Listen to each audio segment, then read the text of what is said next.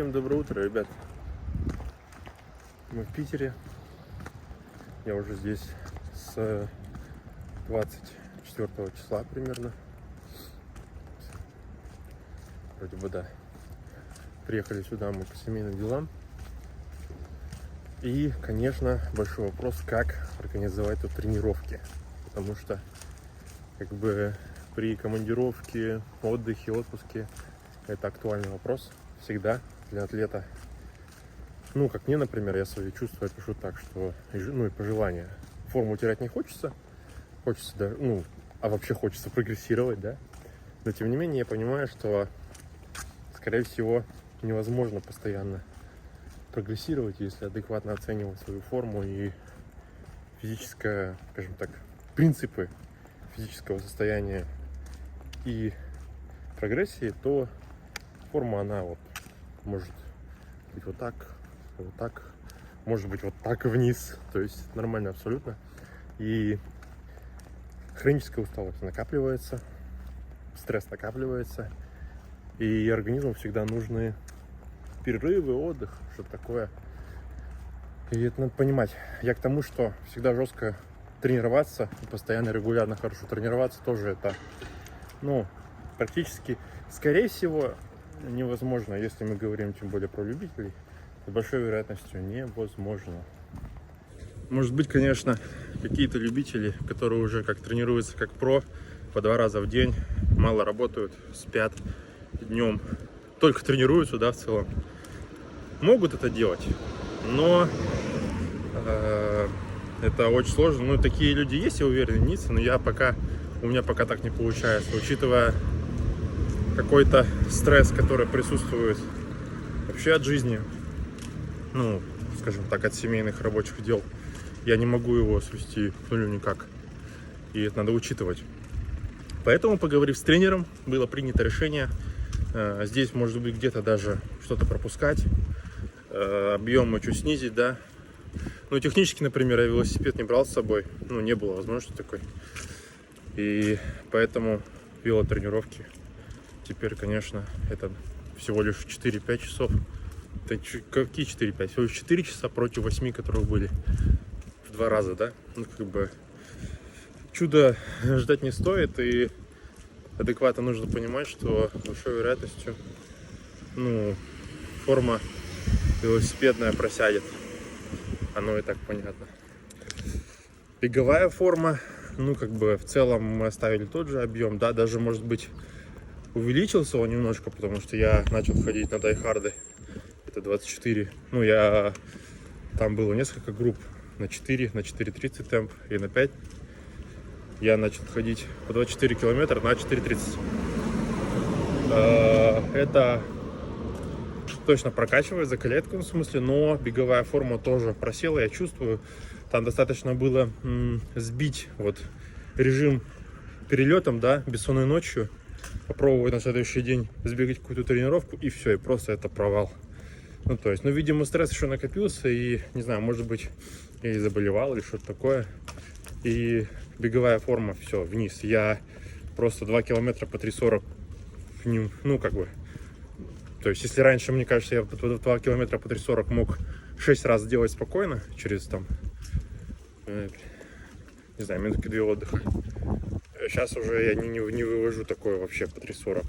Уж не говоря по 3:30, потому что раньше я, когда на пике формы, я мог по 3:25 даже мог там интервалы по километру 1500 делать. Вот, сейчас скорость, конечно, упала очень сильно. Ну, я как бы это осознанно принимаю. Понимаю, что сейчас работаем. Важно поддержать выносливость поддержать и скорость, попытаться не упустить ее, да, попытаться поддержать и скорость, и выносливость, вот задача. Поэтому примерно так тренируемся.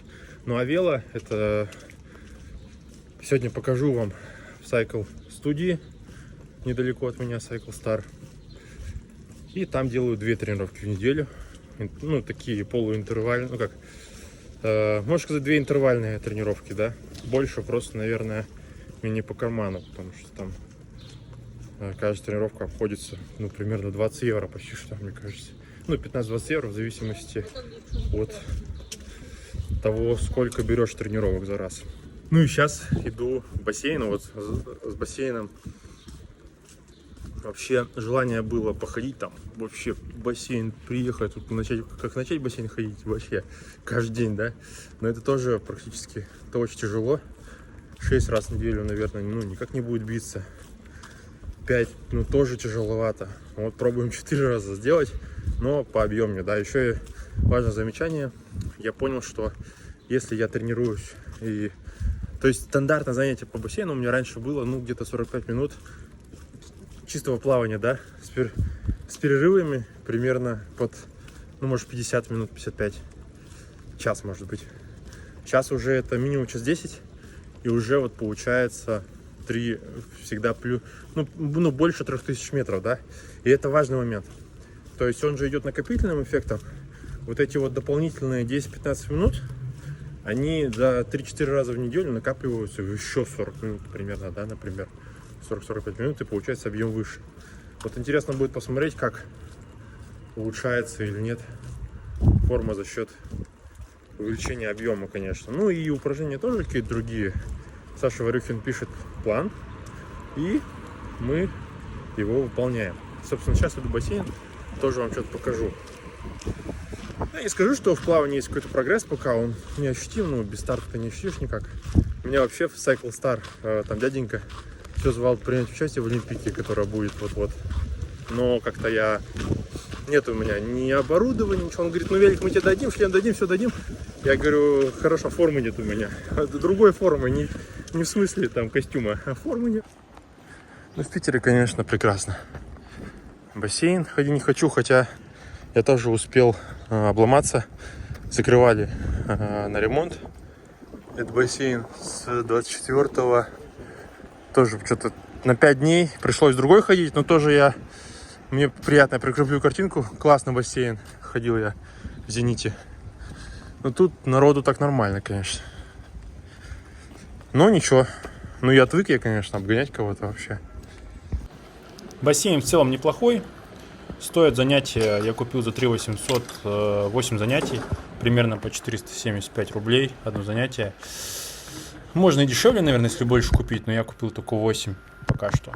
Вот инвентарь, который я с собой привез. Это лопатки, трубка, да и все, наверное. Колобашку можно брать, ласты тетенька мне не дала. Перед заходом на воду нужно спрашивать разрешение у тренера. Обычно все занято, просто суббота, когда я снимал, было все свободно. Ну и здесь место для занятий сухим плаванием. Так, ну вот вышел из тренировки. Колхозник 2700, час 01, 206 темп, 11 км за неделю. Уже прошел дождик. В Питере, конечно, прекрасно в августе. Вообще погода солнечная, очень тепло. Даже жарковато местами. Ну не так в Черногории, конечно. Ну вот, как видите, за неделю 11 520. Ну, не дотянул до 12 километров. Если, ну, то есть одно дело 3 раза по 2500 у меня вот раньше было, да? Итого 7500. И 12 почти, ну, 11500. Ну, есть разница, да? Поэтому надо вот как-то так, если есть время. И на заминочку понимать, что 10-15 минут осталось, лучше заплавать. Лучше заплавать спокойненько, аэробный объем накопить хотя бы. Сегодня была аэробика, плавал просто, всплыл спокойно. И, ну, я сплавал с лопатками и трубкой 600 метров, так, на длинный грибок. И основное просто аэробику заплавал, и все. Такие дела. Сейчас иду, возьму кофе себе, перекушу и сразу до Cycle Studio, чтобы сегодня сделать сразу велосипед. Ну и покажу вам, как там все устроено. Вот питерские пейзажи. Небо, ну, не совсем хмурое. Деревья прекрасные. Конечно, в Питере после Черногории очень круто. Просто потому что это большой город. Привычные условия. Все-таки даже летом с ремонтом бассейны, в которые можно ходить каждый день, а не как в Черногории. У меня там бассейн, в который еле-еле попадешь, это хорошо. Вот. А тут, конечно, все, что можно, но без своего велосипеда, там, без налаженного какого-то места, без станка, тяжело, конечно. Хотя бегать много где. Бега не хочу. Идем в наш уважаемый Cycle Star.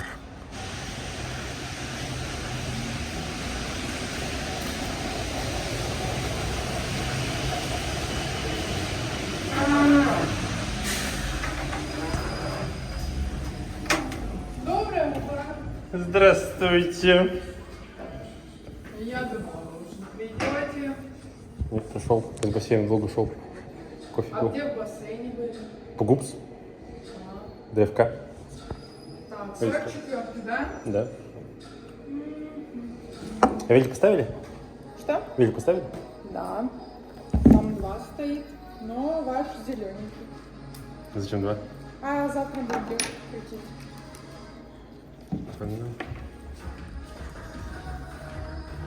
На первом этаже, собственно, находится Cycle студия, да, то есть когда много человек на велотренажерах повторяется тренером, там огромный экран, музыка, все темно, очень жарко.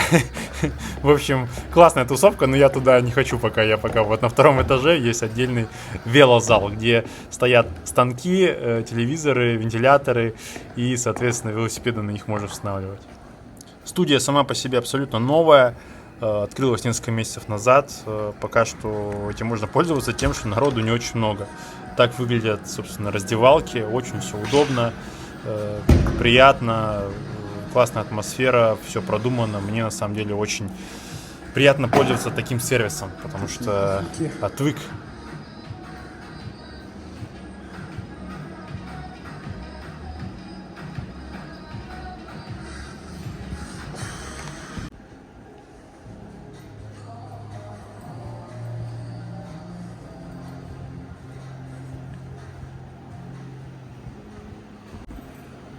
Ну все, Светлана мне все настраивает.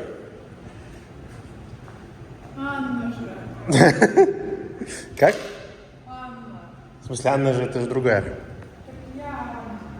А другая тоже Анна? Ну, у нас Анна, да. Смотрите, какой твиттер интересный. Китайский. Ну вот Канандейл, на котором я катаюсь. Ну такой, седло не очень удобное, но пойдет. Все-таки 42 широковато, ну и вообще великовато. Мне кажется, так и не нашел размер, кстати говоря. Кажется, он XL, почему-то он, мне кажется, 61, мне кажется. Потому что я чувствую, что это далековато, он наклейка ветер. Вот, полотенчики у меня сразу поставили. Это да. Сейчас вентилятор включим.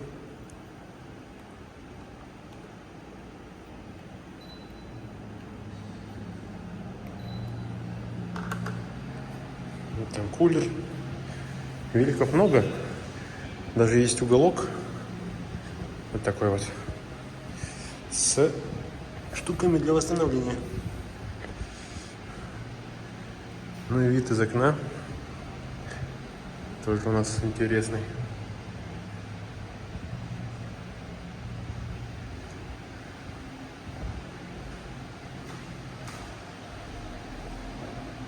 Красиво. Мне нравится вид.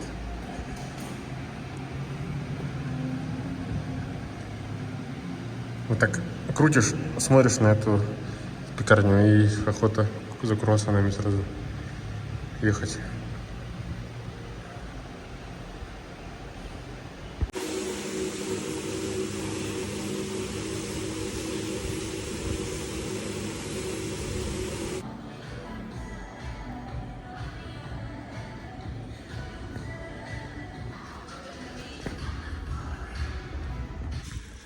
Так, ну что, показал вам Cycle Star. Хожу туда вот так вот. Хорошие там ребята, отзывчивые очень. Недавно открылись, пока что может быть не все идеально, но сервис классный, удобный. Для таких как я, без велосипеда, удобно. Хотя подумал, сейчас можно было, наверное, бы у кого-нибудь найти велосипед или взять в аренду, дома с ног поставить. Но это все так неудобно, если честно. Особенно если то есть у тебя дома должны быть условия, тебе нужен вентилятор еще.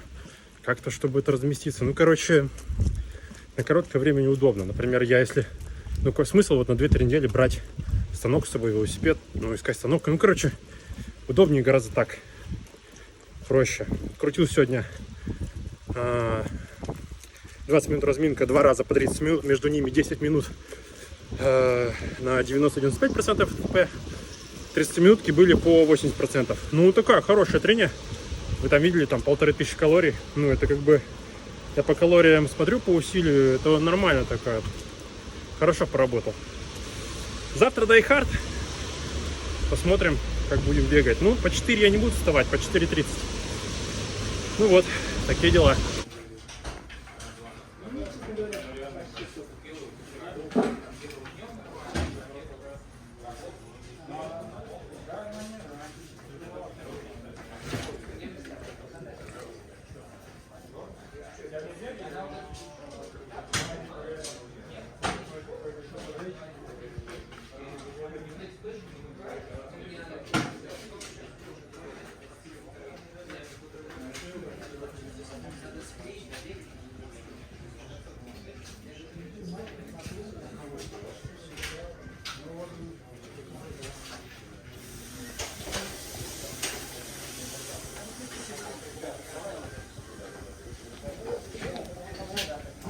Там на общее фото. Куда? Никита.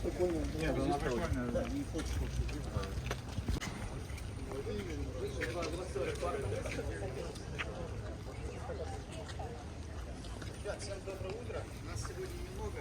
Бежим, как всегда, 3 группами. 4:0, 4:35:0. Побежим много сегодня по набережной. Если где-то будет встречка, места, подсказываем. Да, чтобы заранее подготовиться.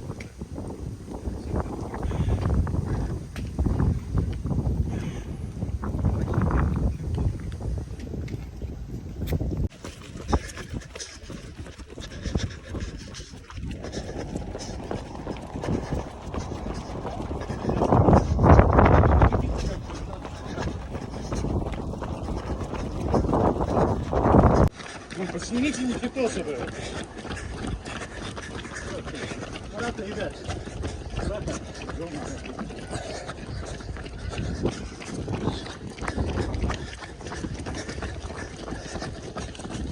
Я тоже снимаю. Ага.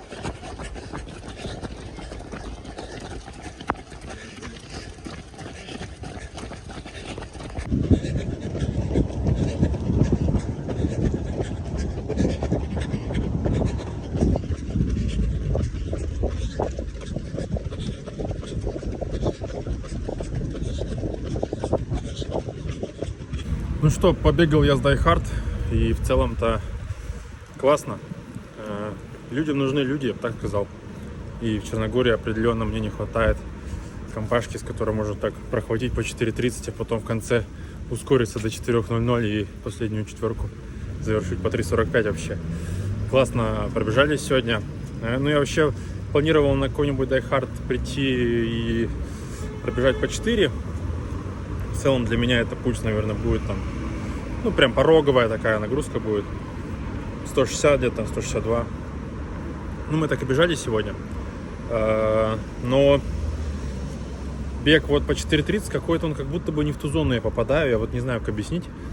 Тяжеловато. Первую половину сегодня было тяжеловато, а потом после второй половины легче. На прошлых выходных вообще легко бежалось.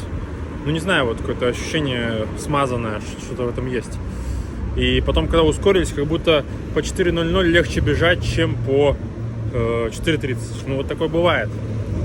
Средний пульс у меня вышел 151 удар, ну, с учетом ускорения, да, как бы, а в целом держался на 4:30 примерно, ну, 145, вот так вот где-то. Для меня это, наверное, что-то, ну, на грани второй зоны, наверное, так вот, если объективно. Вот, поэтому в целом-то все равно сегодня бегали по маршруту непривычному, потому что все было перекрыто там на острове. И поэтому маршрут был непривычный, ну, сложновато местами. Но круто, что ребята хорошо организованы в этом плане. Держат, собственно, колонну по 3 человека, показывают все там препятствия. Ты всегда знаешь, что впереди. Это, конечно, плюс. Поэтому в целом-то для бега-то в Питере, мне кажется, все условия есть. Есть парки, куче мест погода, иногда дождливая, конечно, но это так. В Черногории тоже, ну, не в сезон дождей, ну, предостаточно, я бы сказал. Поэтому надо это учитывать, конечно же. Поэтому вот такая вот неделя триатлета. Die Hard в целом его в свою тренировочную программу брать, ну, мне, по крайней мере, сейчас норм. Можно было бегать по 5 минут, наверное, может быть, даже это было бы, не знаю, было бы это полезнее или нет, с точки зрения, ну, как бы набора объема, это хорошо. С точки зрения адаптации, нет. Поэтому это как для меня такой кенийский эффект, да, как будто бы я попадаю в быструю группу, терплю с ними, бегу и потом адаптируюсь. Хотя вряд ли это, ну, большой толк, если уж так, ну, мне кажется, правильно подходить. Вряд ли большой толк в том, чтобы просто каждое воскресенье бегать в группе по 4:30. Наверное, может было бы лучше бегать каждую неделю в новой группе. Там типа 5, 4:30, 4. Потом там 5, потом снова 4, потом снова 4:30. Ну, короче, задача у нас при тренировках одна — удивлять организм, да. Хотя, может, я ошибаюсь, но, опять же, эти вещи, они очень индивидуальны на самом деле. То есть про тренировочную нагрузку это как бы все совершенно по-разному. Смотреть нужно на каждого атлета, каждому заходит свое, да. Ну и смотреть нужно, как на это ложится скорость и все такое, поэтому надо это учитывать. Сегодня компашка хорошая подобралась. Вот. Поэтому такая неделя триатлета. Показал вам бассейн, Cycle Star и Die Hard. Пока здесь примерно до начала сентября. Потом будем возвращаться в Черногорию и к черногорским тренировкам в соло. Соло, потому что значительную часть я выполняю их в соло. Вот, особенно бег. До новых встреч, пишите вопросы. И, конечно же, занимайтесь триатлоном. Всем пока.